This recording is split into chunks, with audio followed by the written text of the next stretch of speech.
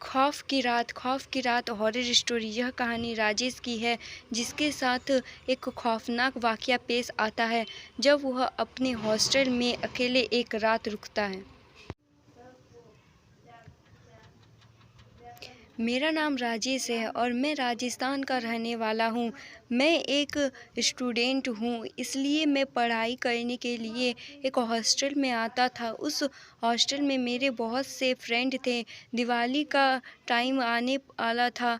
मेरे सभी फ्रेंड्स घर जा रहे थे क्योंकि वो सभी दूसरे स्टेट के थे, इसलिए वो जल्दी चले गए। मेरे इक्का दुक्का फ्रेंड ही हॉस्टल में बचे थे, जो भी थोड़े दिनों में जाने वाले थे। मेरा घर चूँकि शहर के पास ही एक गांव से और था। मैं बीमार भी पड़ गया था पहले, जिस कारण से मेरा बहुत सी स्टडी भी बर्बाद हो गई थी। तो मैंने हॉस्टल में ही रहने का निश्चय किया था, ताकि मैं अपनी छूटी हुई स्टडी को पूरा कर सकूं। मेरे घर वालों ने भी मुझे मंजूरी दे दी वहीं रुकने की। जो मेरे बचे हुए दोस्त, अब वे भी अपने घर चले गए। हॉस्टल में बचा तो मैं और मेरा वार्ड।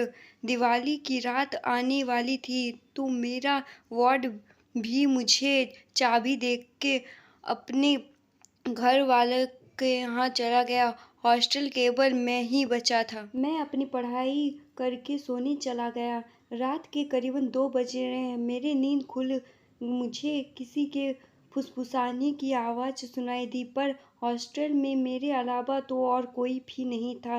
तो ये आवाज़ कौन कर रहा था? मैं बहुत डर गया कि एक तो इस सुनसान हॉस्टल में मेरे अलावा कोई भी नहीं है, और ऊपर से आती हुई यह आवाज़ मेरे शरीर में कँपकँपी उठ गई और मैं अपने लगा। उस वक्त मेरा चुप रहना ही सही था, क्योंकि बाहर कौन है यह मैं नहीं जानता था। मैंने रजाई अपने मुंह तक ओढ़ ली और सोने की कोशिश करने लगा कि तभी मेरे दरवाजे पर हल्की सी खटखटाने की आवाज़ आई। मेरे डर के मेरे पसीने छूट रहे थे। आवाज़ थोड़ी देर तक हुई, फिर घोर चुप्पी छा गई। घोर सन्नाटा हो गया पूरे हॉस्टल में। पर उस समय मुझसे पूछो कि डर क्या होता है। रात अभी बाकी थी। मैं खुद को मन ही मन यह बोल रहा था कि और रुकूं, यहाँ घर चले जाते हैं तो बिगड़ जाती, नहीं तो साहब तो मैं तो पढ़ना है, बड़ी आइंस्टीन बनेंगे। अब भुगतो। यही सोच रहा था कि एकदम से माहौल में फिर से वही डर छा गया। मेरे कमरे के बाहर किसी के चलने की आवाज़ें आ रही थी। थोड़ी देर बाद आवाज़ बंद हो गई कि तभी दरवाजे को ज़ोर ज़ोर से किसने पीटा। थोड़ी देर बाद उसने मेरा नाम पुकारा, राजेश। बस यह काफ़ी था एक हार्ट अटैक के लिए। उसको मेरा नाम कैसे पता चला? वो बोल, बाहर तो आओ आओ, दरवाजे खोलो, मुझे अंदर नहीं बुलाओगे? वह आवाज़ किसी इंसान की तो नहीं हो सकती थी।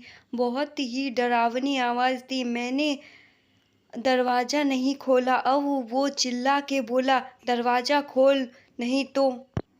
राजेश, दरवाज़ा खोल। वो अब बहुत गुस्से में था। मैं मन ही मन हनुमान चालीसा पढ़ने लगा। मैं रात भर नहीं सोया, हनुमान चालीसा का पाठ करता रहा। दरवाजे पर खुरचने की आवाज़ें आती रही। जैसे तैसे करके मैंने रात काट ली। सुबह तक मैं हनुमान चालीसा का पाठ करता रहा। सूर्योदय हो गया था। मैं हिम्मत करके बाहर निकला। वहाँ कोई नहीं था, पर दरवाजे पर नाखून के निशान थे। मैं बस यही सोचता रहा कि अगर मैं बाहर चला जाता तो मेरे साथ क्या होता।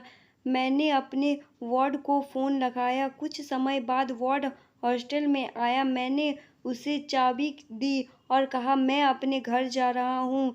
मैंने उसे रात का सारा किस्सा सुनाया, पर वो चुप था। उसके चेहरे को देख कर ऐसा लग रहा था कि वो कुछ जानता है। मैंने उसे वो निशान भी दिखाए, पर वो निशान जैसे अभी वहाँ थे। यही नहीं, मैं आज तक उस भयानक रात को नहीं भूला। मैंने उस हॉस्टल को छोड़ दिया, मैं बच पाया क्योंकि मेरे साथ वीर हनुमान जी थे। वो कौन था, कहाँ से आया, मैं नहीं जानता। सो आई होप गाइस आपको यह हॉरर स्टोरी अच्छी लगी होगी। पढ़ने के लिए धन्यवाद।